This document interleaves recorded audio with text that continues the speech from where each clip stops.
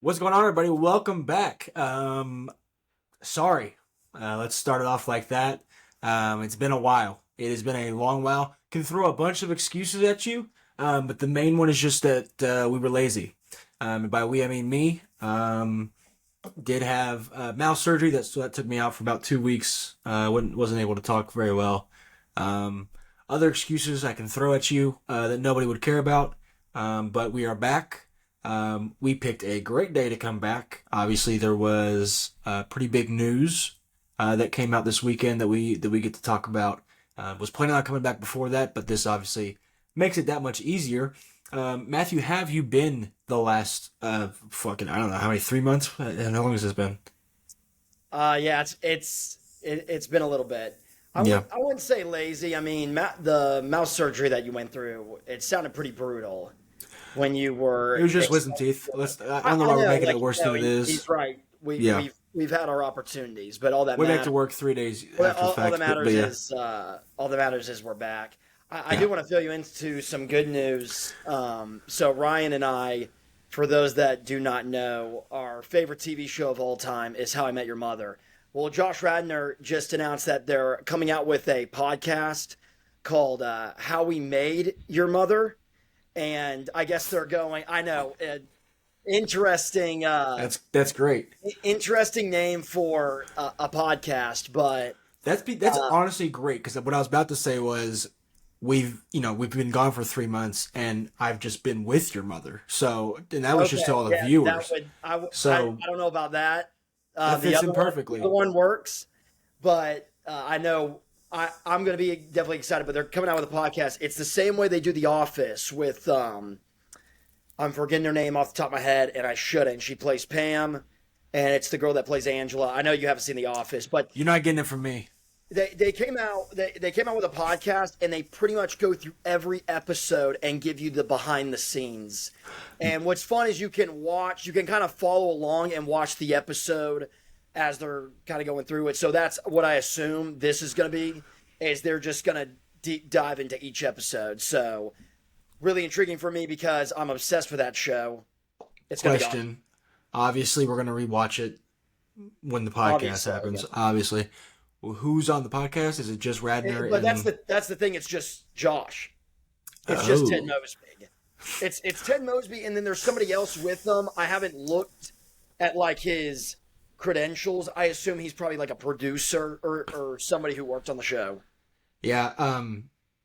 That'll be interesting, especially because obviously it sucks, but the narrator of the show is unfortunately passed, so you don't get that aspect. But there's a few episodes in there that we could deep dive into as to what I want to hear, either how that was made Yeah. or I know I just saw a post saying like Jason Segal didn't know that the episode was going to be about you know his father dying Yeah, that it, yeah, and it's like so stuff like that would be cool to find out, but yeah. um, That was really cool when he said that they just told him Lily's gonna come out of the car and say something to you, and you have to act surprised. And yeah, that was an emotional episode. yeah, gets When we me every watched, time, it was a every time. time. It was a time. But Um, yeah, it's good to be back overall and talking some hoops. And like you said, we this is a perfect time to come back. Perfect time. So let's set the scene. Obviously, today is as of recording Monday, February 3rd, approximately 7 o'clock. The reason I say that is because a lot of shit could happen from now until this episode actually comes out. Um, Here's what's happened so far. Saturday night, I am at a concert dancing it up to Kelsey Ballerini, as one does. And I turn my phone off of ESPN notifications and Bleacher Report notifications as I'm at the concert. And you go, well, why would you do that? And my answer to you is the biggest game of Kentucky's career this year, go Cats, is the Arkansas game because Coach Cal is coming back into Rupp Arena. We could do a 45-minute segment on that game alone, but we don't have time. So I'll keep it at this. I went in the dark. I pulled a Matthew Hargrove. I recorded the game. I went dark mode on all social media. Didn't look at anything for about 12 to 15 hours, which for me is pretty impressive, I must say. Yeah, yeah, that really Um, is. and We go to the concert. We have a great time. We get back around 2:30 in the morning. Obviously, you go to sleep. I wake up. I don't check anything because I'm still trying not to figure out the score of the Arkansas Kentucky game. I sit down. I watch it. 1 o'clock on Sunday rolls around, and I finally, after watching Kentucky lose, look at my phone and I see. I think I had 57 text messages, and one of them it stood out to me. Obviously, you were in a group chat with a few friends that were talking about it. One of them stood out to me was a buddy of mine who does not watch basketball. He does not really care about the NBA. And he said, "Did you see the Luka news?" And that's all I got. And in my head, I go, "Oh, he must have got hurt for the year. Something bad must have happened for him to say that, or else, like he was injured, so he's not playing. So what could have possibly happened?" So I start kind of freaking out. So I go to look. The first thing I pull up Twitter. Good thing I didn't check it because the first thing I see is Luka gets traded, and I go, "What in the? This has got to be fake." And then I realize, like, oh, there's probably a reason I have 57 text messages. So I checked the news, and I couldn't. It took me a while to figure out who he got traded for. All I kept saying is, "I can't believe he got traded. I can't believe this went through." Blah blah blah. And I keep scrolling to find out what's the actual trade because I still don't know. I finally get to the Shams tweet, and all I see the full trade report, which is Luka Doncic, Maxi Kleber, Markieff Morris to the Lakers. I see that, I'm already pissed. I'm already, it makes me mad that I'm gonna have to see Luka in a Lakers jersey. It's the first thing I thought about was that's gonna be so ugly on him. What could they give up? Like, and then I scroll down and I see Mavericks got Anthony Davis and Max Christie and a first round pick, a singular first round pick, and I go, there's got to be a third team involved, and they must have given the Mavericks a lot more picks, I would hope. And then I scroll down, and then I get to the Jazz, who get Jalen Hood-Schifino, stud, and a Clippers 2025 second round pick and a Mavericks 2025 second round pick. And then I go, there must be more to the trade. There's no way that it was a basically swap for Luka and AD with one first round pick, but lo and behold, that's what it was. And Matthew Hargrove, I want to get your first reaction to this trade because I haven't heard it yet. Yeah. Well, I hate to be this guy, but just getting older, and this is always preached, but the older you get, the more you see. The thing about sports, it's all about money, and these owners, they just don't see these franchises like fans do, and it's because to fans, which is a great thing. That's why we all love sports. Is like a Mavericks fan, it's the biggest thing in their life, rooting on the Mavericks and Luka Doncic. Luka Doncic was going to be the best player in franchise history. But these owners, they just make so much money, and they just 95% of them don't see it as fans. Really, unless you're the owner of a big market team like the Lakers, where there's so many expectations of winning a championship, where you kind of have to really invest in the team. So when you see a move like this, it does not take a genius to see, especially if there's fans that are calling out the GM. So I have a hard time believing the GM. I'm forgetting his name. Is it Nico? It's Nico Harrison, I think, or Nico Harris. I didn't take the time to learn his name because he's probably going to be fired in the next 2 years. I'm having a hard time believing they can come up with all the excuses they want of Luka's out of shape and we want to be a defensive team. At the end of the day, Luka, with not a great roster, and this has been bugging the heck out of me, is I have seen way too many accounts and sports shows saying that the Lakers are done. They have no shot at winning a championship. The team that Luka took to the finals last year, the Lakers roster is definitely better than that roster. The starting five. Before I get into that, let me finish the ownership stuff. So there was, and you know what I've also learned, and a lot of this has to do with being a Steelers fan. And the reason why I say this is because on sports shows that are national, they have been calling for Mike Tom. They've been wondering why Steeler fans don't want Mike Tomlin fired, and Steeler fans are like, "You have to be insane." And I'm one of them. I look at these national shows and I'm like, "You have to be insane. There's something lost. That the connection's lost there." And it's made me think, you know what? The fans, they know that more than the national guys. They're watching every game just because they're not on national shows. So I like to listen to the beat reporters and the people that actually cover the team day in and day out. Well, there was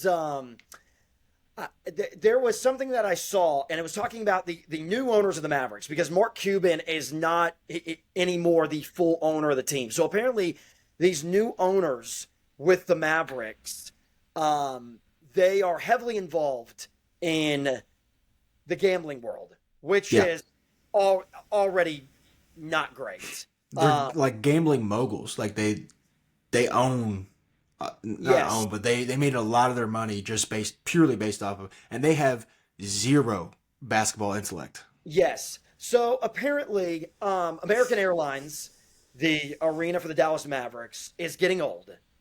And these new owners are wanting to make a gambling facility, build a new arena, and have a casino basically inside the stadium. Or they want to build, it's called the Battery, the Atlanta Braves. It's kind of like they have the field and then they have a bunch of restaurants and shops around it. They kind of want to build it like that, but instead of the shops, have a massive casino. And that would be one of the biggest attractions. You know, you go to a Mavericks game, but there's also a casino. And that's the old school hate that I have with sports, is it's not about going to sports games anymore. You know, they built the Raiders facility. I'm pretty sure there's a club inside the new Raiders arena that they have in Las Vegas. Well, anyways, with this casino idea, apparently the state is not allowing that to happen. So these new owners, the conspiracy is they are looking for more leverage. And that leverage is them making sure the Mavericks suck, and if they do, nobody will go to the games. And they're basically saying, if you don't let us build a casino, we're just going to move to Vegas, and we'll be able to do it because the team sucks. So the conspiracy is ownership. And you know why I believe it? Is because how in the world do you trade Luka and not tell Jason Kidd, the head coach? How does that happen? And also, did you see the way he started the press conference? He looked at Jason Kidd, tried to make a joke, and Jason Kidd was not having it. You don't start the press conference like that. That just showed nervous energy. And Jason, if I'm Jason Kidd, I don't want to give up on the team just because one player, gets traded that has nothing to do with your control. But I'd be raising as much hell as possible. I would ask for the most enormous amount of a raise, almost as if it's a slap in the face to the owner and the GM, because that's basically what they just did to him.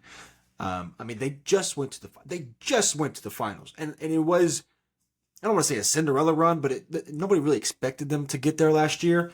But I can't comprehend trading a 25-year-old Luka Doncic, who is clearly been one of the 5 best players in the NBA since he got in the league, pretty much. And you only listen to one team. If you're trading a 25-year-old star who is eligible for a Supermax, who has led your team to a finals, who has made 5 first team All NBAs the last 5 years, or whatever the stat is, how do you only listen to one team and you get talked down by one team? There's reports now that's the Lakers started off the talks with AD, Dalton Connect, and 3 first-round picks, and they got talked down. Rob Pelinka basically said, he gaslit Nico Harrison and basically said, yeah, he's real fat and he's he's kind of out of shape, and it's going to be a real problem. So, if we're going to take that on, we're going to have to give up less. That way we can cover our ass. And it's like, Ryan Russillo said it best. You told me the quote yesterday, and I'll let you tell it again because that is the best statement that I've heard from any of these beat writers or anybody that's been covering the sport, which is, I don't give a shit if Luka is smoking 2 cigarettes Yeah. walking down the court. I am giving him the supermax. It is not that hard. Big Cat just said it. He's like, if I was the Mavericks, I would just put Luka on Ozempic and still gave him the supermax. It doesn't. There's multiple ways to fix this, which I hadn't heard the ownership conspiracy. I hadn't heard any of that. Listening to that, I mean, I'm not gonna sit here and say it's true, And but it makes more sense than what the trade was. Yeah, and I think it's just going to make even more sense if 3 years down the road, the Mavericks are spiraling out of control and the GM still has a job. I think that's going to make more sense because how in the world this is a move that if it doesn't work out, you should be fired. I think you will be. But if I don't think it because I don't think the owners would care if the GM's there or not. That's the fall guy. That's the fall guy right there. You're right, but that's where maybe you think the owners, if they did have that conversation, they talked with the GM and they were like, hey, if this doesn't fall through and we have to fire you, we're going to make sure we take care of you. So, and you know what? You're exactly right. At the end of the day, the GM has to listen to the owner. So if the owner's telling you, hey, you have to trade Luka, but you're right. The part that doesn't make sense is why, but here's the Why thing. just the Lakers? But it does go with the conspiracy theory because if the Mavericks are really threatening to suck, you have to get a guy who, Anthony Davis, he is a champion, but I'm here to tell you he's not a number one. He's just not. And I think this is kind of a perfect move if you're trying to show the fans, hey, we still want to compete, but at the end of the day, this is not going to take them anywhere. It's just not. So if you go out listening to other teams, you probably would get better deal. You probably would get more picks, but that's not what the Mavericks want.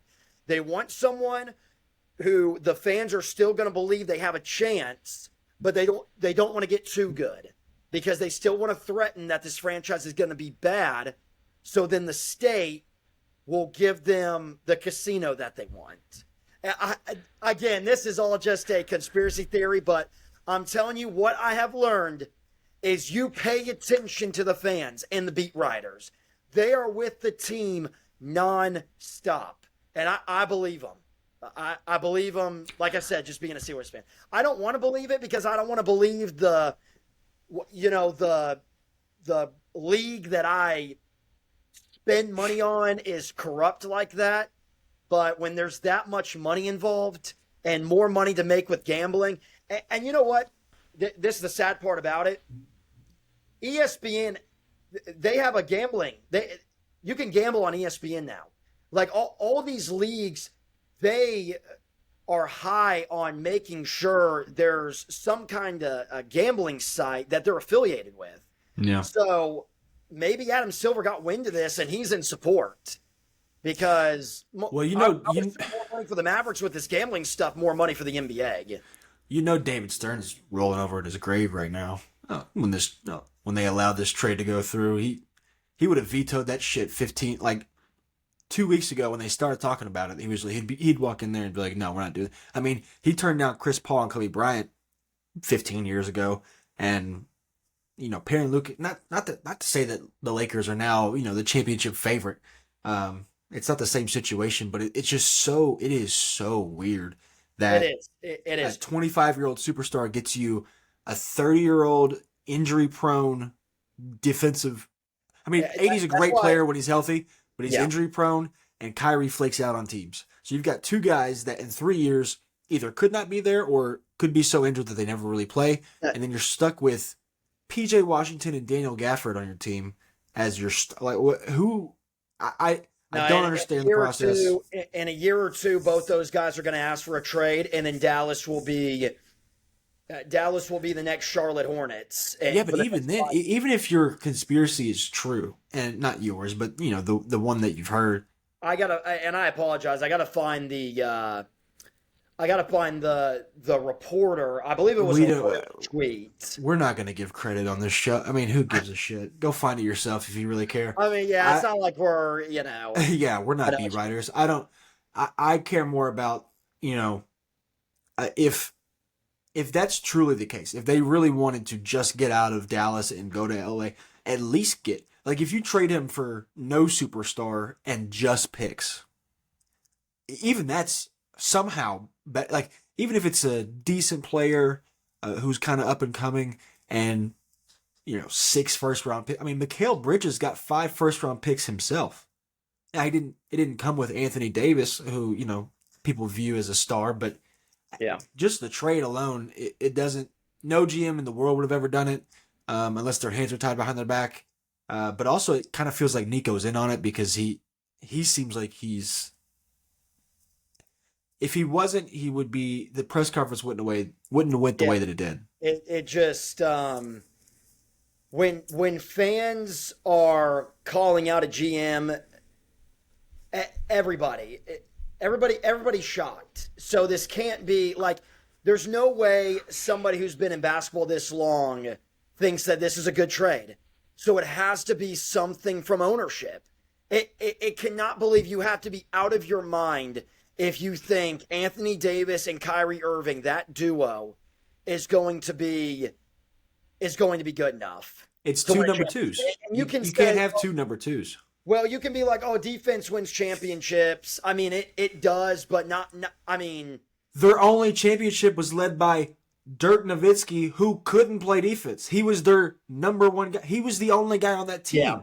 Now they had role players who could play defense. That's the whole fucking point of role players is to go play defense and shoot threes. Yeah. That's the name of the game. Your star players don't play defense.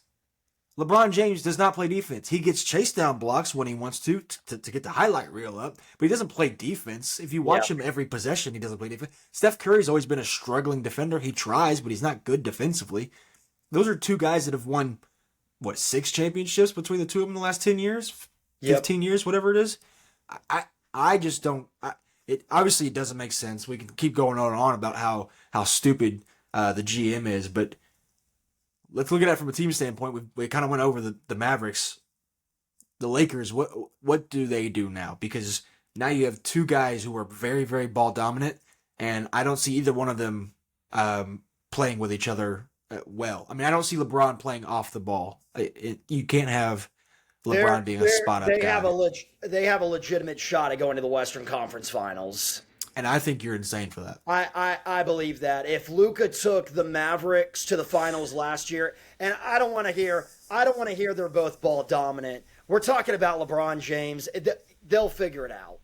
They'll figure it out. With who though? They have to get somebody. They can't run Jackson Hayes. You're not going to make a Western Conference Finals with Jackson Hayes on the fucking floor. I can guarantee you that. Yes, you can. No, you cannot. Because because you can. as much as we don't like Derek Lively and Daniel Gafford were big pieces in that team last year. PJ Washington actually played well last year, unlike he is playing this year.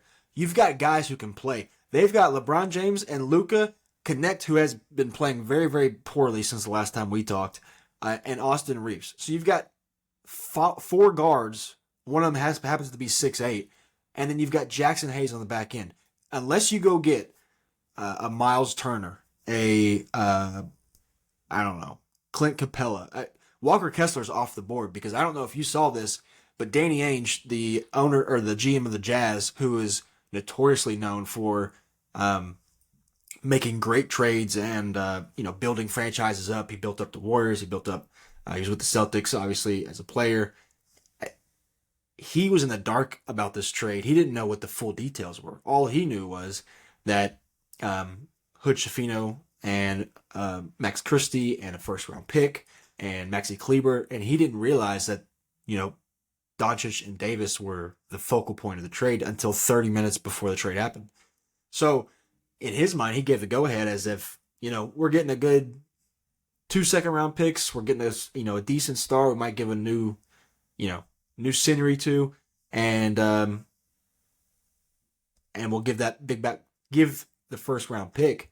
But there's no way that he would have made that trade because they couldn't do it without the third team. So I don't understand it. But the Lakers are not with the team that they have right now. There's zero way. There's nobody on that team that can defend. Listen, They're going to give up 130 points a game. And Gafford, they were good last year, but Luka made them better. He did, but you're talking about defensively. I'm not talking about offensively. Luka can make anybody catch a lob.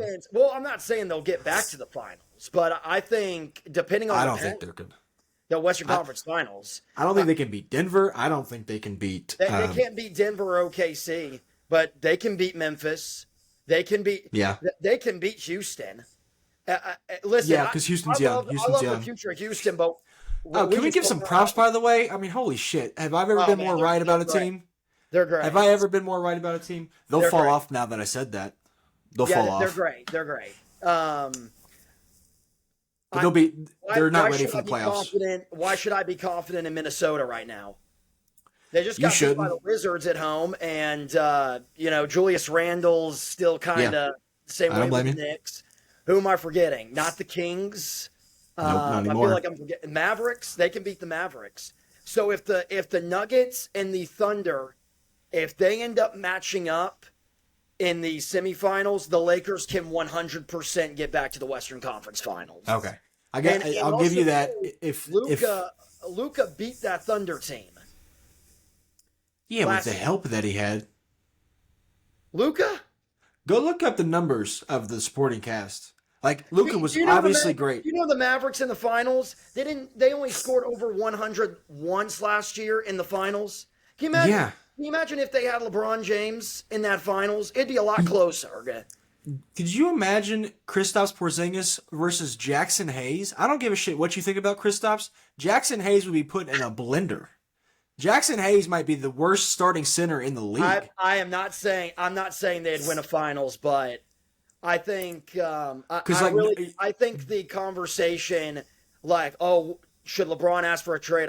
I think it's kind of ridiculous. I don't think he should ask for it. I mean, he's got a no trade clause, so if he waives it, then we've got real discussions about that. But until then, if the Lakers, I saw a tweet today that they're thinking about going after Mitchell Robinson. Again, another guy who's not healthy. But I mean, if not healthy, but no, it's a great pickup if he's healthy.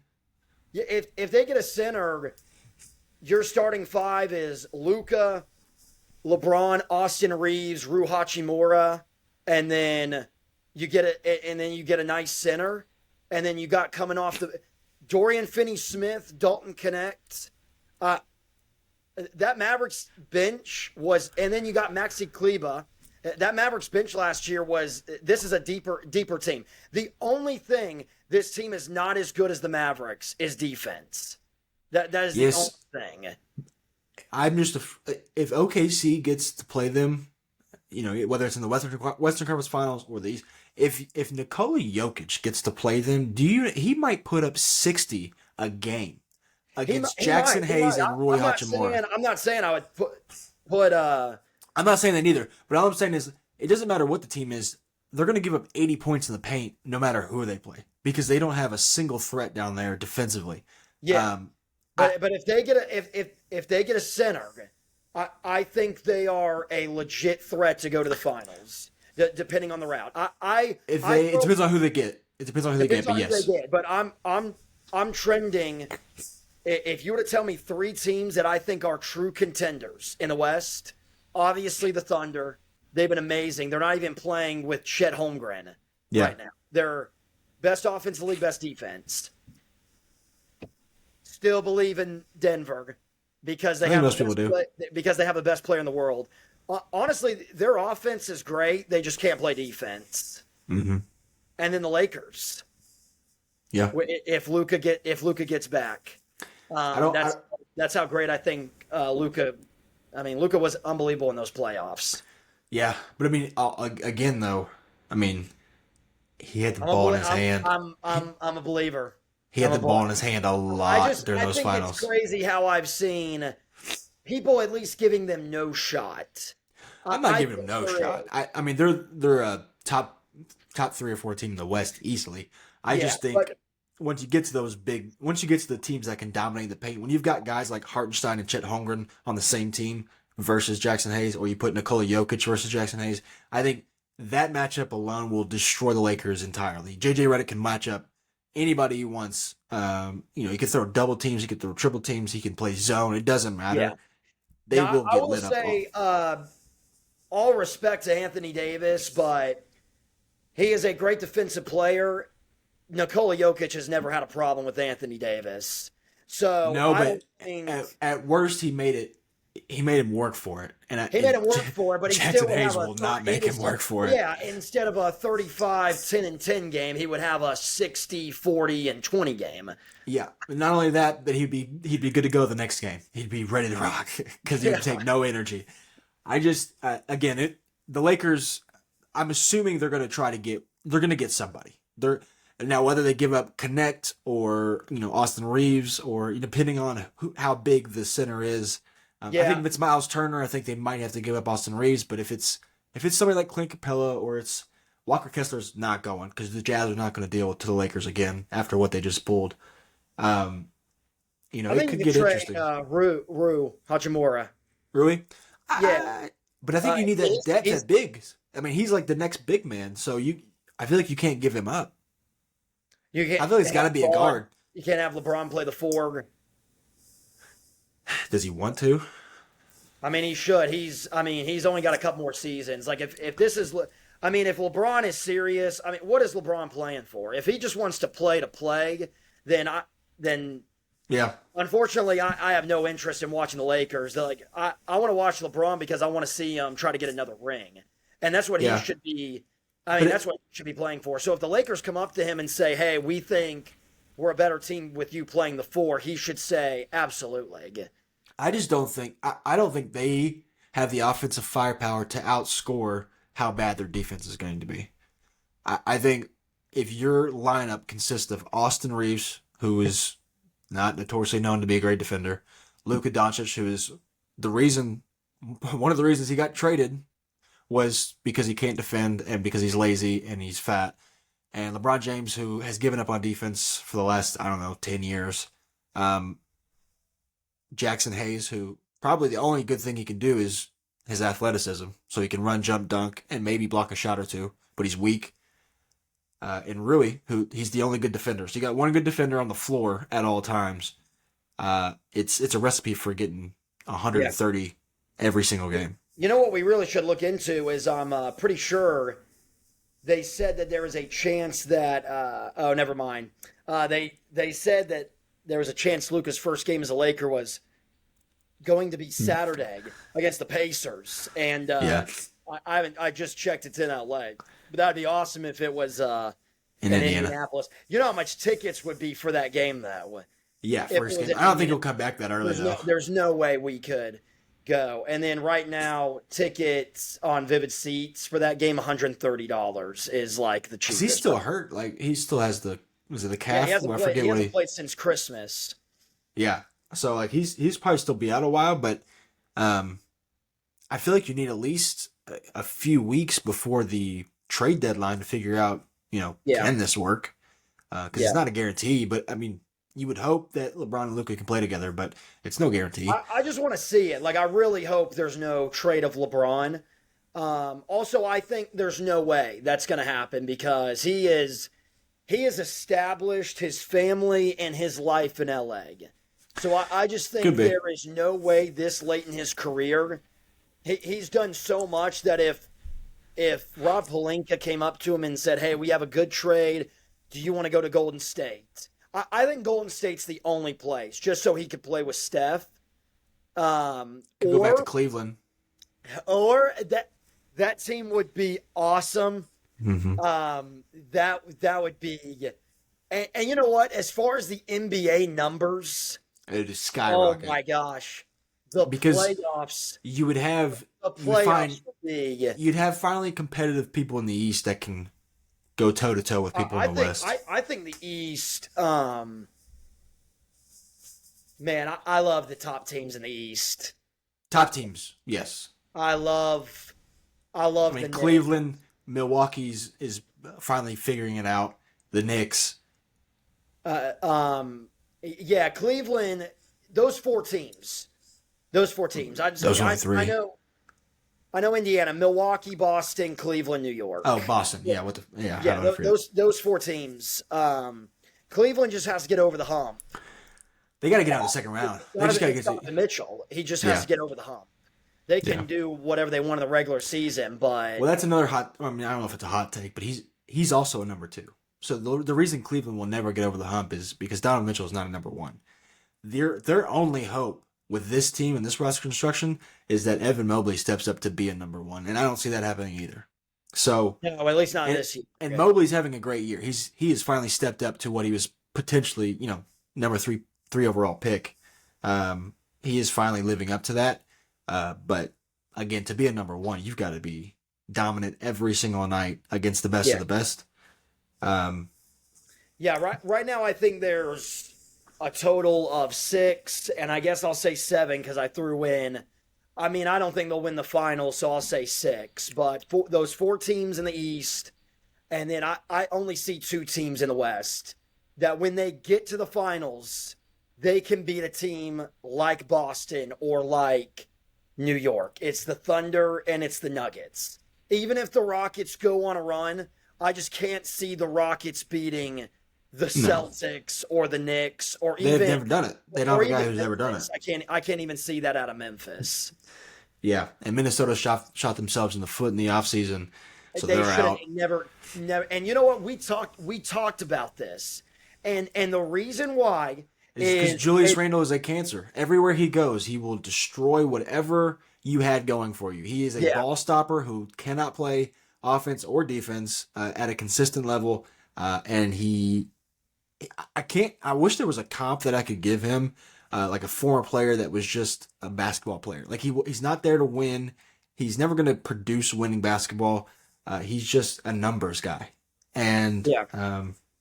I don't know. But now it's because the conversation that we had back in the summer when they made the trade was it had to do with financial stuff, and Yeah. it was basically what it came down to was you have to extend Cat or let him go and sign these younger guys like Nas Reed and I believe maybe Jaden McDaniels.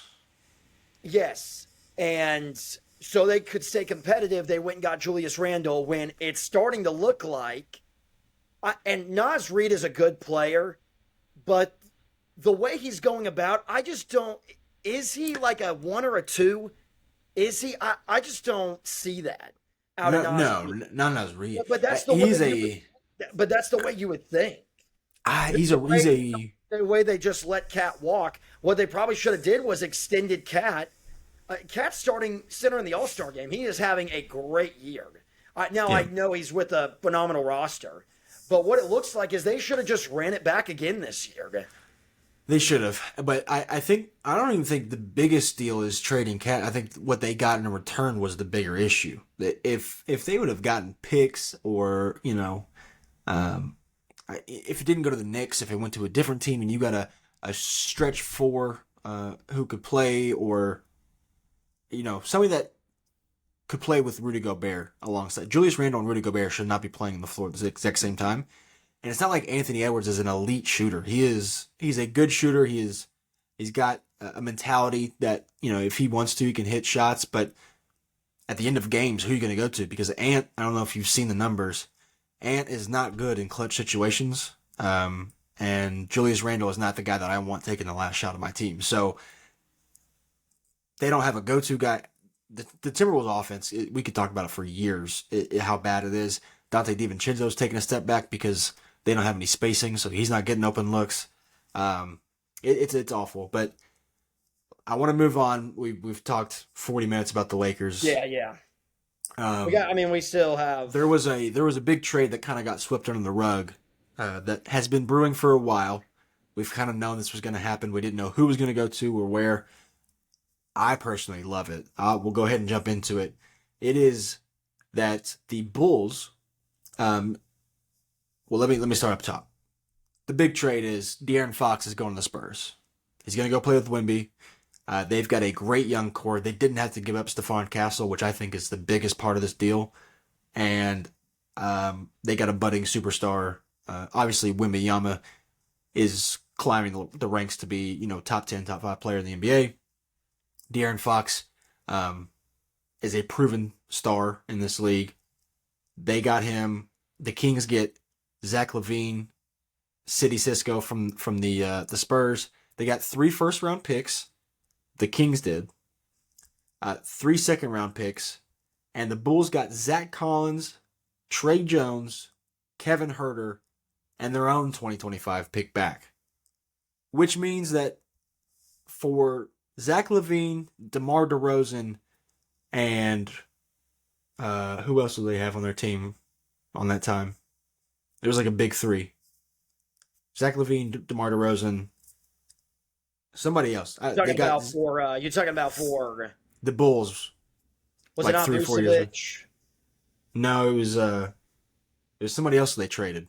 I don't know why my brain's not working. They got 0 first round picks. They got 0 first round picks for those 3 guys. Except they got their own back, which they're going to be shit. So I guess that's good. The biggest deal is Kings get Zach LaVine. Meh. We know how we feel about Zach LaVine as a player. We talked about him in the offseason when he was a possible trade candidate. And Spurs he's a solid player. He's a good player, but not, the Kings. It's not going to move the needle for him. It's not going to fit, and they don't have the Kings don't have a point guard. It's weird. They might trade him. Who knows? But the Kings got 3 first round picks out of De'Aaron Fox plus Zach LaVine, so they could turn that into 2 more, or maybe 1 more, and make it a respectable trade, unlike the other GM. But De'Aaron Fox going to the Spurs, I think is easily the best move. We're talking about year 2 of Wembanyama. They go get Stephon Castle in the draft. They go get Chris Paul to help develop Wembanyama. They go get Harrison Barnes, who is a proven veteran, to help, who knows what a winning culture looks like. And now they go get De'Aaron Fox, who is a star in this league. That's how you build around a guy in his second year, in the halfway point of his second year. The Spurs are it's just the difference between organizations is so. It is night and day. It's crazy to me. Like the difference between the Spurs organization and somebody like the Mavericks or the Bulls. The Bulls have been shitting the bed for 3+ years, 5 years, 10 years. However, ever since D Rose got hurt, they've been on a downward spiral, and they continue that same thing without getting the picks back that they gave up to get these players. So the Bulls GM might be up there with Nico in the next firing process. But as far as the Spurs and the Kings go, I think is a good trade for the both of them. Obviously, both of them wanted out. It was time for a change. They both get that. De'Aaron Fox has an exciting team to go play for. They're not going to make the playoffs, but next year could be an entirely new year. First of all, what I want to say, and I hate saying this because I really liked their team, especially 2 years ago. The Kings make me so mad. They make me so mad. 2 years ago, they were the 3 seed in the Western Conference with a young core. They were probably today's version of the Houston Rockets. They had Sabonis, De'Aaron Fox, Keegan Murray. They didn't even have DeMar DeRozan, but they were a young Malik team. Monk. Malik Monk was coming off the bench for them. They were a game away from going to the Western Conference semis, but Steph Curry dropped 50 points on them in Game 7. 51. So, but you have that, and everybody's thinking probably, okay, there's a lot to build off of. That was the first year of Mike Brown. And something that made me really mad was when Mike Brown got fired, there were a ton of coaches, and I understand why they did, because coaches are all friends with each other. They all have each other's back. But there was a lot of coaches that were ripping the Kings organization, and every single one of them were wrong. Mike Brown should have been fired. That was the right decision for the Sacramento Kings. They got out in the first round. I understand that. The next year, how in the world are you not one of the top 8 teams in the Western Conference? How does that happen? And then they go give you DeMar DeRozan. I understand DeMar DeRozan is not who he used to be. Go give you? That's a curse. DeMar DeRozan is a curse. He is just like Julius Randle. Come on, they shouldn't be taking steps back though. give They you shouldn't be DeMar with DeRozan. Sabonis and De'Aaron Fox. You can keep DeMar No, DeRozan. Give you no, DeMar DeRozan. they shouldn't be. Mike Brown. Nobody wants to hear this. He The was only reason he third got for fired, though, four. wasn't because of the poor play. It was because he yelled at De'Aaron Fox for fucking up and making a stupid decision at the end of a game, which cost them a game. So you have people that are trying to hold people accountable for making stupid mistakes and costing their team games, and he gets fired for yelling at De'Aaron Fox, your star player. That was the reason he got fired, which is why coaches were pissed. No, Now, because if they had done what they were supposed to do, if he would have yelled at him, nobody would care. If he had done what they were supposed to do, if they win that game, he doesn't get fired. I guarantee it. Not during the middle of the season. I think the Kings overall we can agree on this. The Kings have blown it. Yeah. They had a Their great chance is gone. opportunity for a young, striving team. When they all get in their prime, they're going to be awesome. The guy that I feel most bad for is Domantas Sabonis because that dude is awesome. He's got the heart of a lion, and he just goes to mediocre team after mediocre team. He goes from a team that's good enough to like win a playoff series, but they're just, all those years on the Indiana Pacers, they had teams that were, they could get into the first round, but, if they even make it to the second round, they're going to lose. Yeah. So that's a shame. But Domantas Sabonis, which sucks because he started off at OKC. Could have just stayed there. I mean, not that it was his choice, but he could have just stayed there. Yeah, I don't even want to think about Domantas. What did they give out? Was that the Victor Oladipo trade? Was that when that was back then? Yeah, I think so. That's wild. It's gross. One thing that the Thunder front office has done wrong. Yeah. But Kings, man, and I hate saying that because I loved Keegan Murray. I love De'Aaron Fox. Sabonis. Yeah. I love that team. And Sacramento, I mean, them making the playoffs, that was a massive deal. What was it, like 20 years or something that they had not made the playoffs? So it just so quickly. It happens so quickly. It comes down to there's not that many number ones in the league. And people don't realize that. They look at these teams and they go, well, he's the number one on the team, so he's got to be good enough. There are only a few guys that can take you where you need to go, and De'Aaron Fox isn't one of them. He is a great number two. I think with Wemby, when Wemby gets to the point where he can finally be a consistent number one, and he obviously has the potential to be that, having De'Aaron Fox as your second option is awesome. Tremendous. It is tremendous. You just need a third piece, and that could be the third piece can be a player or it could be three role players that are like Stephon Castle. Just different builds. What I love about the Spurs too is, Chris Paul's getting older and he still is playing like solid basketball. It's not what it used to be, but the assist numbers are still really good for him. But this has to really re-energize Chris Paul.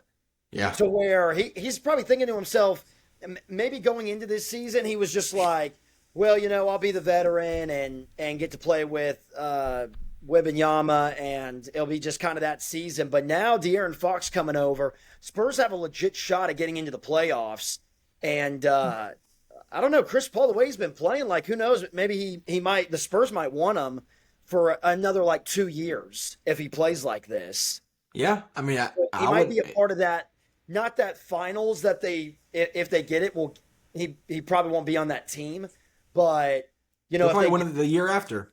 If they get that championship like in 5 years, Spurs fans will be like, oh, this was for Chris Paul. He taught him the way. He could do the Udonis Haslem and just sit on the bench for two or 4 or 5 or however long he did it. I think it takes a special breed to do that, though. Well, I mean, that is dedication. Yeah, that's it's a little much, but it really could be. I think that, like what we talked about in the summer, the development of Stephon Castle from CP3 has been huge because Stephon's playmaking was one of the bigger questions because he didn't do it much in UConn, and I think he's shown that he can, and I think Chris Paul is a big part of that. Now you've got Chris Paul, like De'Aaron Fox gets to pick at Chris Paul's brain and running a pick and roll with Wemby. You've got the fastest player in the league at the point guard position with one of the most skilled 7'4" big men that we've ever seen in the entire league. Like, You don't get that opportunity very often. No. So running a pick and pop with De'Aaron Fox heading downhill and Wemby's the one staying back is dangerous enough to kill teams. All you need is a guy who can hit a corner three, and you're set. So that offense could be great. The biggest question is, obviously, we're still. It's been a while since we recorded, and the last time we recorded, we talked about Greg Popovich. He still has no timetable return. Obviously, we're still hoping that his health is doing better than it was. They're still, they kind of leave you out in the dust as to what actually has gone on. How the recovery is going. All we know is that there's no timetable for return. So as of right now, they're still rocking with the interim head coach, who's done a solid job as far as interim coaches do. But if Pop can come back, that would be the next. Yeah, that would be amazing if he was already part of a dynasty. I consider that Spurs team a dynasty, even though they never won. Because the dynasty definition is you got to win 3. I would say it's in a span of 3 out of 6 years, or if you win 3 in a row, I would classify that as a dynasty. But that Spurs team, I mean, they won 5 and what was it? They were together pretty much. That Duncan Parker Ginobili, 15 years, I think. 15 years, 5 and 15 years. That's a dynasty. I mean, I think because what was it? 99. 99. They beat. I want to say Detroit and. They beat LeBron in 2007 or 2008. So 2007. And then they won 13 and 15. So they won, it must have been 2007 and 2008. And then 13, 15. All right, so we got 99. Oh, didn't they win 03 or 04? 03. 03, because Pistons won 04. This had to have been. That had to be the Pistons one, because the Pistons won in 04. Had to have been. And then they won in 07, and they won 13, 15. Sorry, I'm looking at it. Let me see. No, New Jersey Nets in 2003. New Jersey Nets. So 99. Off the top of my head, I'm pretty sure that was the Knicks in 99. And then that was still David Robinson. Because in 1999, that was the last time, and I think I know it's the Knicks because when the Nuggets played the Heat, they were talking about when was the last time a 1 seed played an 8 seed. It was 99. Pretty sure the Knicks were an 8 seed, and they made it all the way to the finals and played the Spurs. So 99, 2003, and then they beat LeBron 3 times. Yeah. 5 in a span of 15 years. That's not a dynasty, but that's pretty close. I think it's a dynasty. I mean, yeah. I think if you could span over that long, I think it is, and especially this with being the core group. This could be the second stint of it, if they were to make it that long. But yeah. So the Spurs are on their way. Kings are on a downward spiral, and the Bulls are about as garbage as possible. Last thing here, actually 2 more things. Oh, sorry. I do want to retract my statement. They beat LeBron twice. So 99, 03, 05. 05. 05 was the Pistons. That was the Pistons. And then they won in 07. 13. So 15 was the Warriors. What am I thinking? Yeah, 15 was the Warriors. 14, that's when they beat Miami. But, okay, they did have a dynasty because 12, from 03 to 07, they won 3 in a 5-year span. So, there you go. And then they tack on the 2. So that's on me. I got my years mixed up. That was awful because I don't know why I was thinking they beat 15 was Warriors Miami LeBron twice. I don't know why I was thinking. Well, they did beat them twice. You thought 3 times. Yeah, that's what I was thinking for some reason. Yeah, because Miami won 12, 13, Mavericks in 11. Correct. Yeah, we made it. Lakers in 10. We made it. That was tough. That's tough. That's on me. Last thing here. And I can't Well, wait for this next conversation. yeah. Do you think there's been rumors? Obviously, I'm gonna check my phone now just to make sure nothing else has happened. We should be good. There are rumors that Kevin Durant is getting shopped, and I want you to tell me if you think there's any validity to that, or and if there is, which team fits him best. I'll let you take it from there. None. I disagree wholeheartedly. What team? What team could realistically? I think any team he can fit with. I think that's the thing. I think he can mesh with any team. Now, I don't. Could He's you not get going him to be. could you get him cheap? I Probably. Could you? do you want my honest opinion? I think if the Denver Nuggets were to If we say gave up MPJ, if you give up MPJ and whatever, if you might have to give up Christian Brown. If you give up MPJ and some picks and throw together whatever role players that could work, I think if you get him, I think that takes you easily over in over the the top. finals. I think it puts you Well, above OKC.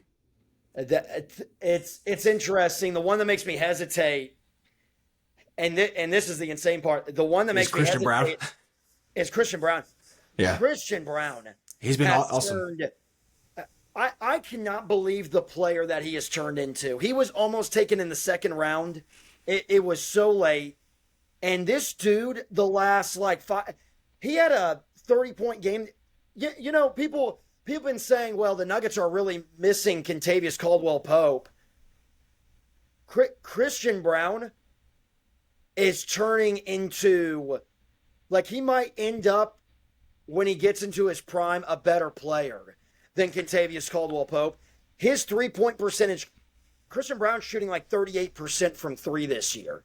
Wow. And he's also he's a good defender. He's lengthier than KCP. He's bigger. And he is amazing in transition offense.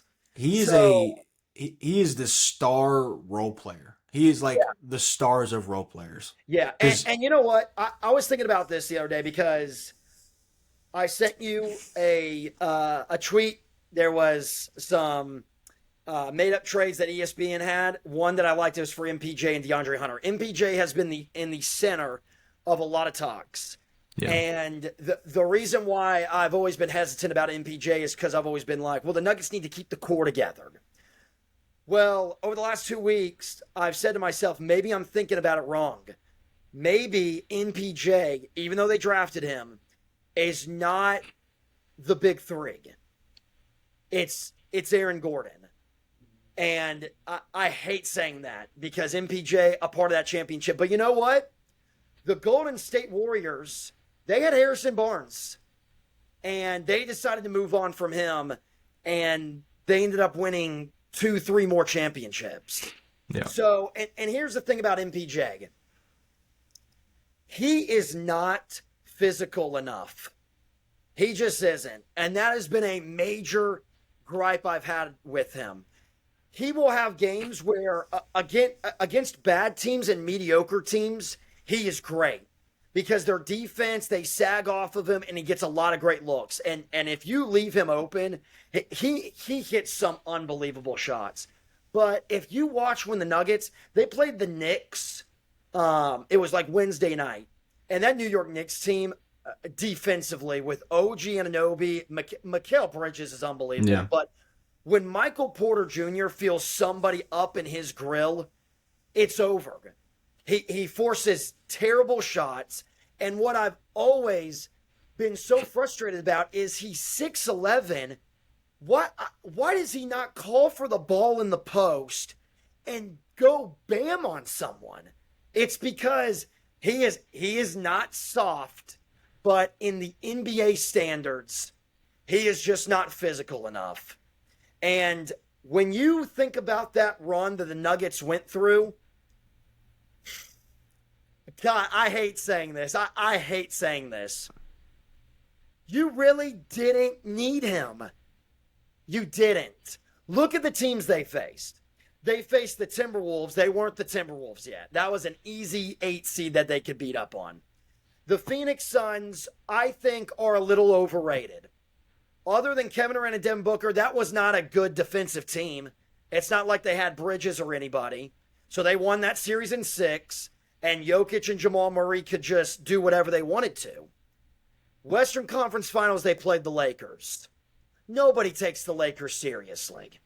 And then they played the Miami Heat in the finals. So maybe it was an easier path for the Denver Nuggets on that finals run. Now, that doesn't take away from what they did, because when they had the opportunity, they took advantage of it. It's the same way how I feel about Anthony Davis right now. I don't think he's a number one anymore, but I don't think it's because of his talent. I just think the league is caught up. I just think the teams are better. But when they had the opportunity, they got it done, and that's all that matters. So I think that's the conversation with MBJ. The NBA has gotten tougher, and it's not just MPJ. Kevin Durant on that team, oh my gosh. Jokic, Jamal, Kevin Durant, Aaron Gordon, and Christian Brown.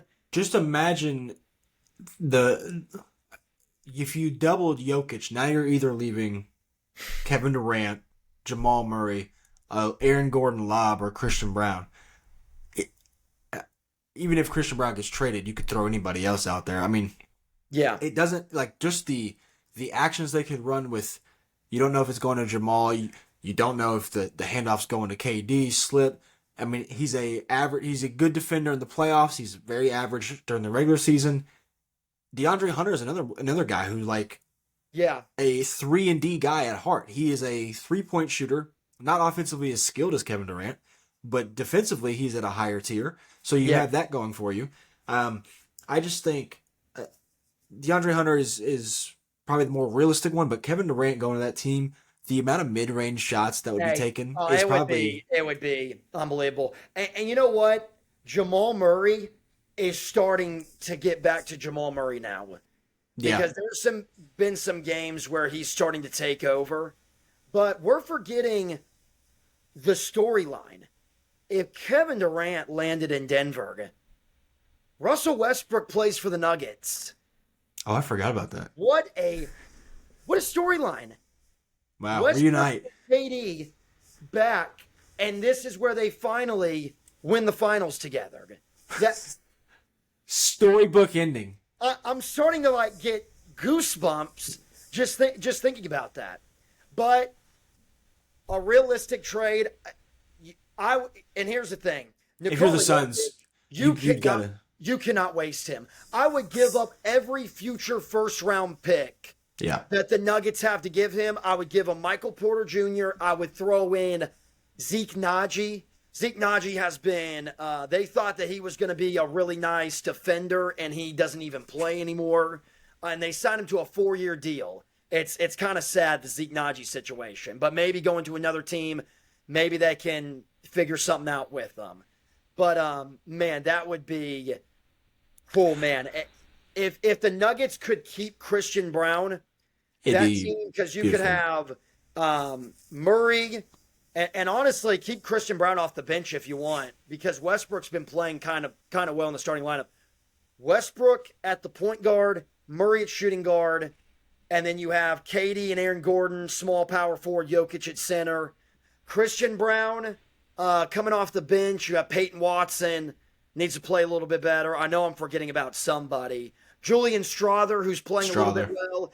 And then if you go get another role player from Phoenix, I'm going to fly to Denver and watch the rest of the games. Well, so that's one option. That's the one that I saw. We went on a little too long with that, but I was like, you know what? That is intriguing. But other than that, I don't see a fit where KD would want to go versus he's not going to the East.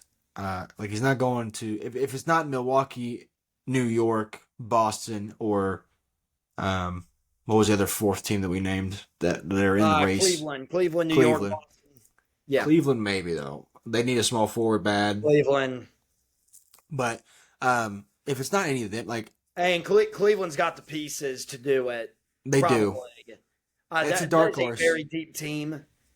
Ty Jerome, he's he's kind of shocked me a little bit. He's played really well off the bench. But it's hard to know like what you have to give up anymore because what they've Oh, because set. Luka Yeah, just I mean, sometimes you don't need that much. So, but if it's not him, then if he stays in Phoenix, which is the most likely scenario, it would just come down to can Phoenix get it done, and the answer is most likely yeah. not.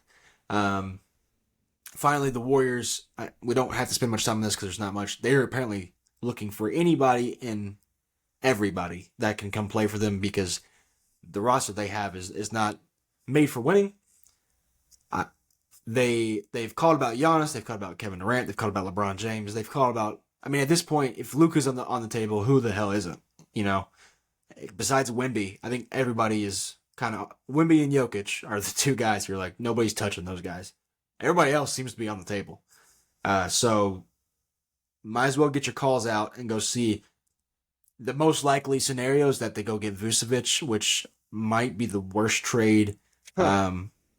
Like they might overlap worst trades. Like it might go Mavericks, they have the worst trade ever, and then you go, well, the Bulls did pretty freaking bad. And then you go, well, the Warriors just traded for Vucevic. Like they need defensive players and guys who can space the floor. So Vucevic does give you that a little bit, but I would like to see, man, you know what would be a bigger storyline if somehow they got Team USA for Golden State. If that there's KD no and way they have LeBron. enough picks, or there's no way, but if they got LeBron and Kevin Durant, Yeah, that uh, I know we're probably like, I know we're pretty much having a 2K podcast right now, yeah. but it's not because of the way that players are asking for trades and Well, the that and the way that the USA thing went, doing. like they're now doing sit down interviews together where all three of them are doing it for the USA as if they were the only three players on. Like the USA run was pretty much just about them because they're the old heads and they're the ones leaving. It's pretty much the Jordan, LeBron or Jordan, Bird and Magic USA dream team that was like, well, Bird and Magic are pretty much riding off to the sunset, which seems to be Steph and KD were the Yeah. ones riding off to the sunset while LeBron's still going to play for another 30 fucking years. Um, After that, it's like nobody cares about the rest of the USA team based off of the interviews that I've seen. So why not? Why not have them go team up and go play? The problem is the Warriors don't have anything. They don't have first round picks.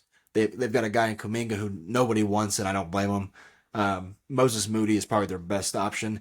They seem to not want to give up Pajimski still, which is Okay. beyond me because he's been about as bad as you can possibly. Like looking back at it, the Lauri Markkanen trade should have happened.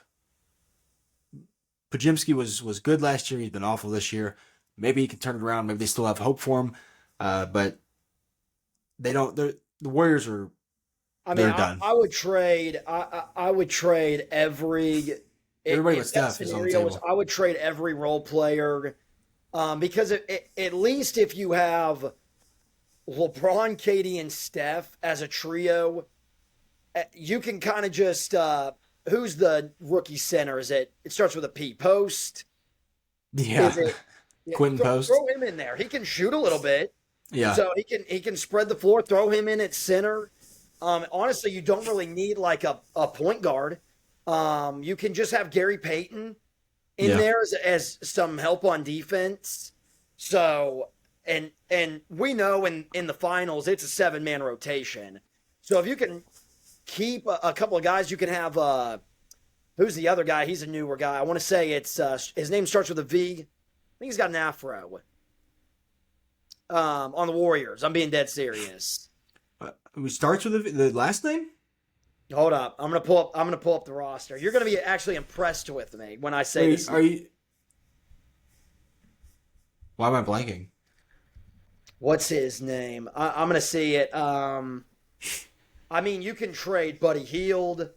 You might have to trade Kuminga. I would Yeah. do it though. I I'd would give up 100% Kuminga for anybody. We're gonna get LeBron and KD.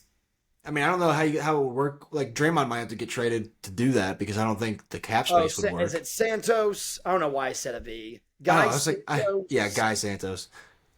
But I'm forgetting you have Draymond.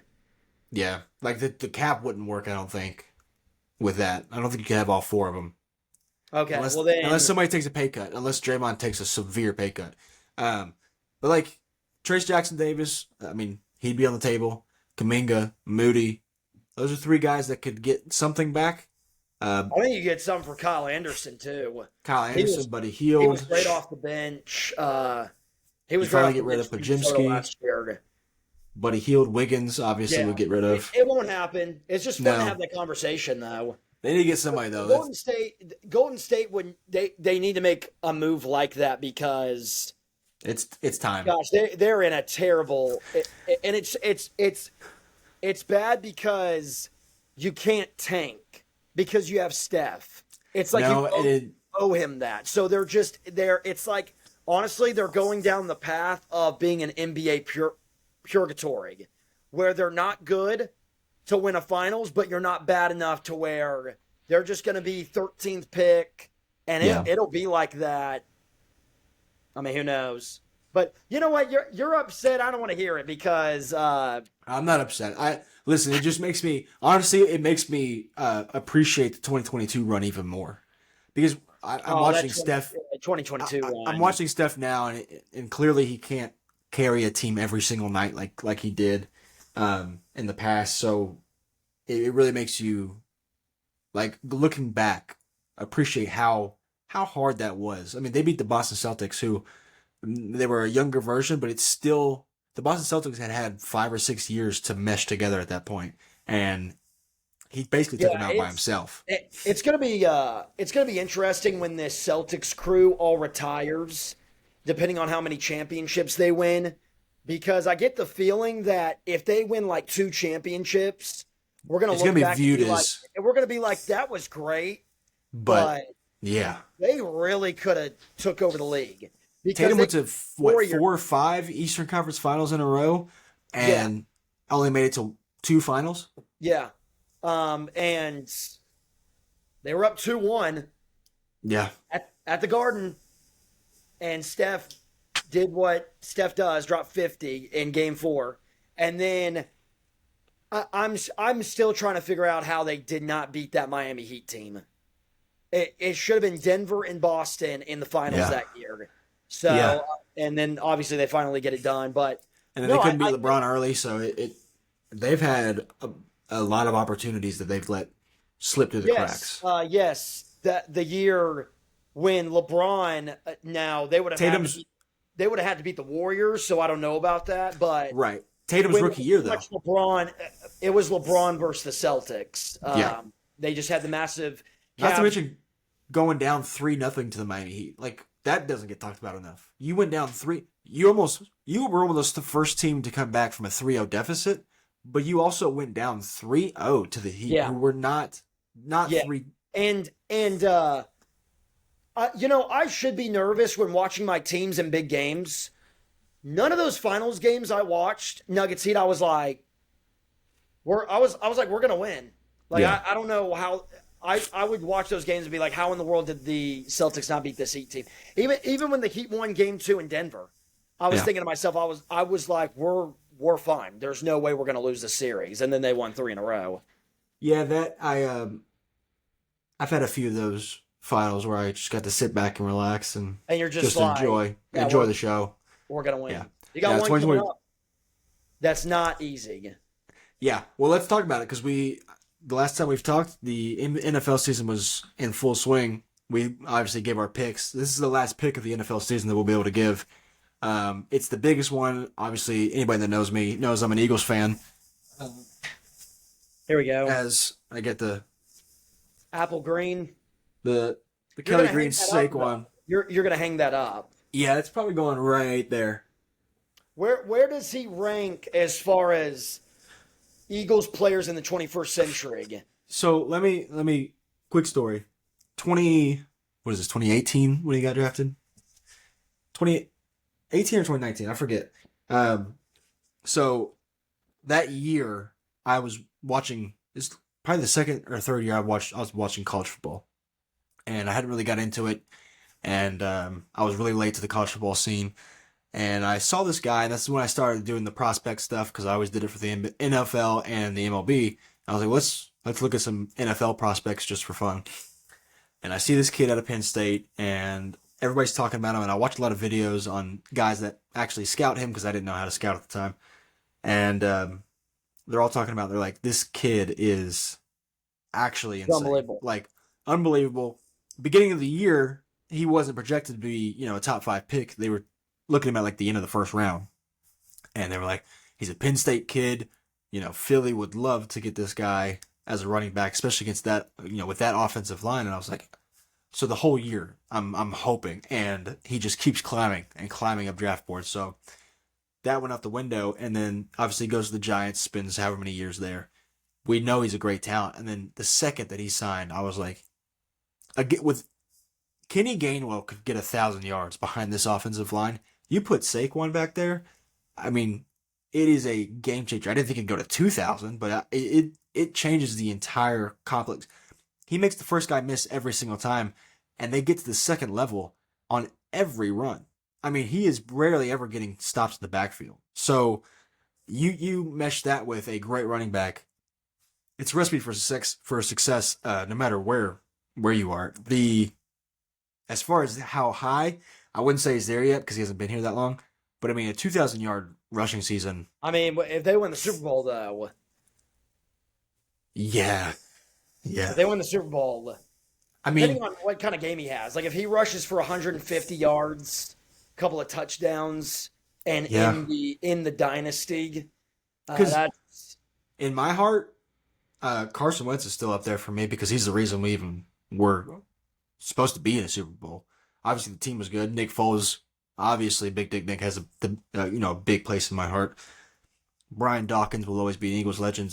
Then you start getting the conversation of Saquon's getting in there because I mean it doesn't take very long. The Eagles' history is you can go back further. Obviously, Randall Cunningham, Donovan McNabb, Brian Westbrook, Saquon's up there. And if they win, best believe I'm coming on this podcast Monday because Sunday is going to be. yeah. Oof. You know what I'm looking forward to is I feel like when you scroll on Twitter and you watch or listen to a football podcast, there's not enough Jalen Hurts love, or there's too much Jalen Hurts hate. You don't want my take. And I'm surprised you said that about because that should be your boy. But I'm dead serious. I am ready to put him if they win the Super Bowl. I'm ready to put him as a top 5 QB. And here's the thing: people can say all they want about, oh well, he doesn't do this, he doesn't do this. Oh, he's got an offensive line and Saquon. At the end of the day, you got to get there. And quarterback is the most important position in sports, not just football. If you do not have a solid quarterback, you cannot win the Super Bowl. He's been to 2 in the last 3 years. I understand about the running back situation. It's the same way I felt about Brock Purdy. Like there was so much, oh, Brock Purdy is just not good. You can't be not good and be a quarterback that goes to the Super Bowl. So, and to do that 2 out of 3 years, but I'm just saying if they win the Super Bowl and Jalen Hurts goes out there and throws for 275 with 2 touchdowns on the biggest stage. I don't know if you remember the Super Bowl. That was the best game of his career. Yes, he was great.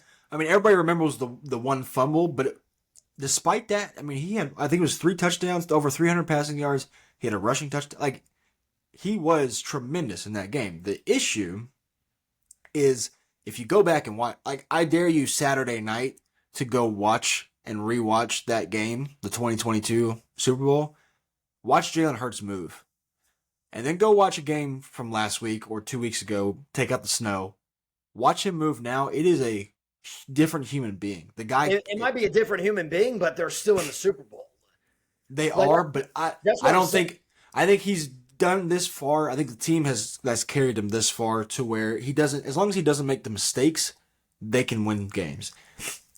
Well, isn't that? I mean, that's part of playing QB. It is, but to win the Super Bowl, it doesn't matter what you are. There's a reason that the 49ers could get to the Super Bowl with Jimmy Garoppolo for those 2 years or however many times he went.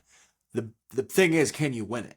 Because Jimmy Garoppolo could never win it. I'm not calling Jalen Hurts Jimmy Garoppolo. I'm just saying there's got to be a point where, and he did it on the biggest stage in 2022, so I'll give him all the credit for that. If he does it again, I'll shut my mouth about him forever. I will never speak another bad word about him. I just don't think he's the same player as he was back then. I got to see it again. That's fair. I also, part of the conversation is obviously there's so much love for Lamar Jackson and Joe Burrow and Josh Allen. Jalen Hurts is doing this at 26. He is 2 or 3 years younger than this group of Mahomes, Burrow, Jackson, and Josh Allen. So, and I get what you mean about going to win the games. But at the end of the day, Jalen Hurts is still not making the mistakes. Yeah, I think I'm being dead serious. If you know what the argument's going to be, though, is that they're all in the AFC. So they all got to go through Mahomes. I think a lot of people love Jaden Daniels. And here's the thing. They can all say they have to go through Mahomes, but if Jalen Hurts wins this game, he just went through Mahomes. Correct. If he wins this game, the narrative changes. If he wins this game, people will hate me. People will hate me. And I'm not even an Eagles fan. I'll put him above Lamar Jackson. I really will. Okay. And nobody wants to say that because, Lamar, have you seen him play? Yeah, I've seen him play, but has he gotten to the Super Bowl? Listen, he hasn't gotten out. He hasn't got to the AFC Championship game. He can't get out. He can't get out of his own way. Yeah, he's been to one AFC Championship game. Every playoff game that he has at least one turnover, if not two. I'm pretty sure he's gotten two in at least three or four games. Nobody wants to talk about the first year he won MVP. They let the Tennessee Titans come into Baltimore. The Ravens got walloped in that game. Yeah. And then he didn't show up last year in a 17-10 game when they were at home. And then they're gonna blame Mark Andrews, but I want you all to remember that those same people that blame Mark Andrews are the same ones that said, "Oh, well, Jalen Hurts shouldn't have fumbled in the Super Bowl because that's what cost him." Look at the numbers on that game with the one turnover, the one costly turnover, versus Lamar in the game against Buffalo, and then tell me which one had the better game. Yeah, and people will be like, "Oh, well, Josh Allen," because Josh Allen's stats were not good that game, but he didn't turn the ball over. So he was the better quarterback. It's also part of the game. Like, you can make all the big passes you want and look better on the field, but a part of the game is not turning the ball over. Yeah. So now listen, I want to say I'm a Steelers fan. So there's probably a little bit of Ravens hate bias. And let me say this too. I would give up my right arm to have Lamar Jackson as the Steelers quarterback right now. Obviously, all know. Yeah. So, but that's just the truth about Lamar Jackson in the top 5. Now he's in the conversation, but I think, if Jalen Hurts wins the Super Bowl, I'm ready to. I mean, you would have Mahomes, I would have Hurts in there, I would have Joe Burrow, and I would put Josh Allen over Lamar Jackson. Right now, they're pretty similar right now. So, but I would be willing to put Lamar out of the top 5, which is insane because he's if he wins MVP this year, he's 3-time MVP. So I'd probably give him over Josh Allen because Josh Allen, even though he's played well in these games, he's still like Jackson. He just can't get over the hump, which I'm not sure that's their fault when you have the next Michael Jordan in the league. I think it just speaks to the volumes of Mahomes. All right, let's get out of here. Final thing, Super Bowl pick. Who do you got? The line is -1.5 for Kansas City. So it's basically a pick. Want me to go first? Yeah. The Kansas City Chiefs are going to win the Super Bowl. Three-peat. They just know how to win. Yeah. I don't know. I don't know. I really don't know how to explain it. They just, I just know I just know they're going to win. Yeah. And Some would Mahomes. call it the devil's magic. Some would call. I would. Some would call it that though. Well, you know what, too? Travis Kelsey is an unbelievable player, and there's some guys that just in big games they just get it done. And I think Travis Kelsey's towards the end of his. I think Yeah.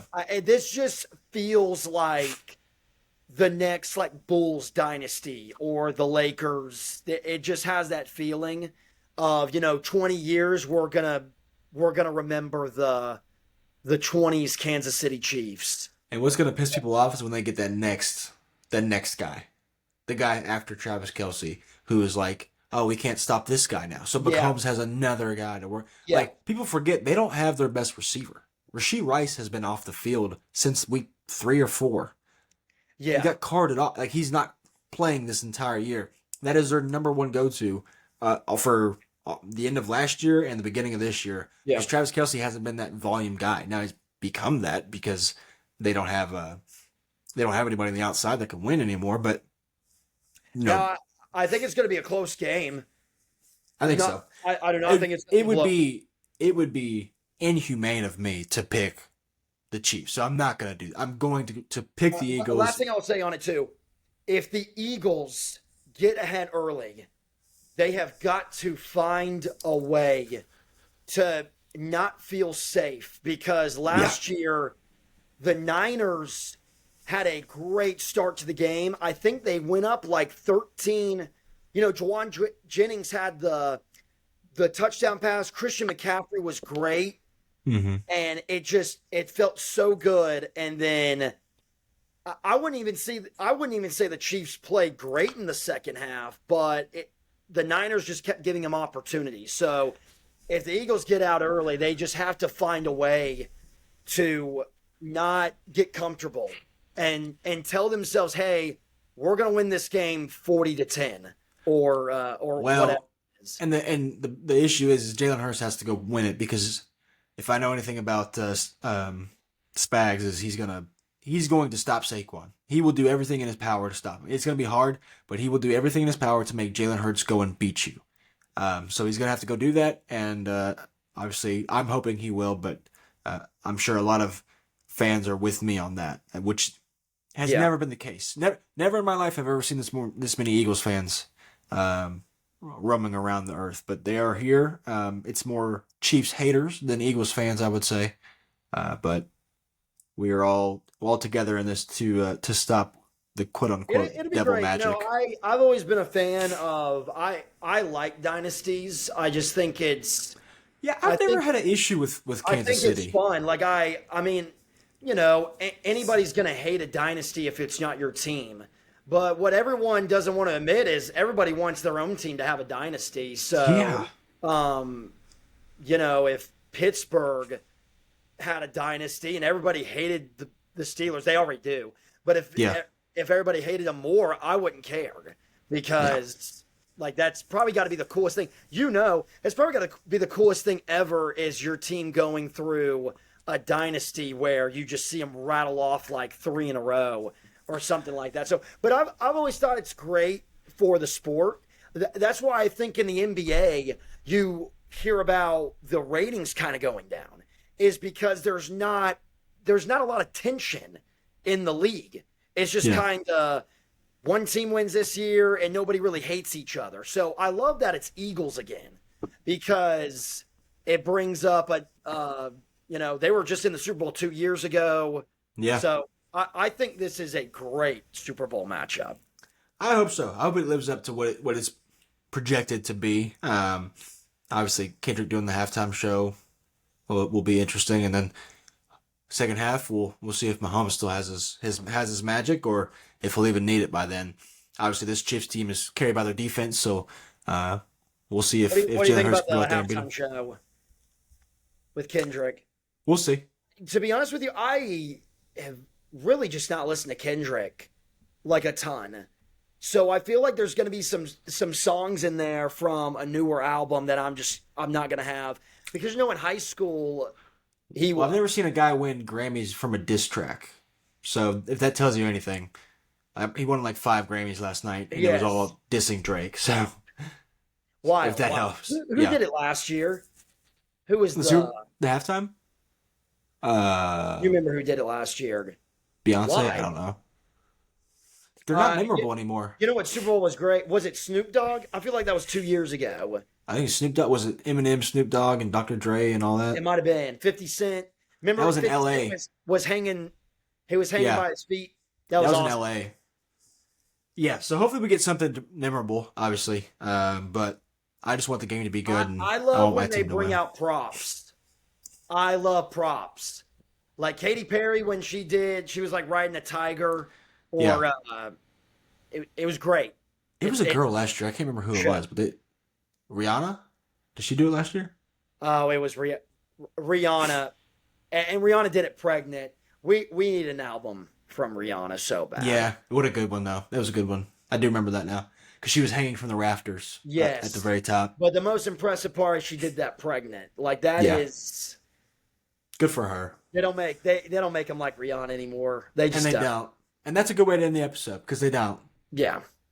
Well, we will. It's good to be back. We will see you next week. I will either be severely depressed and or ecstatic, screaming. You'll either hate me or love me on Monday, and you'll figure it Looking out forward to it. on that Super Bowl weekend. So until next time, we will see y'all next week.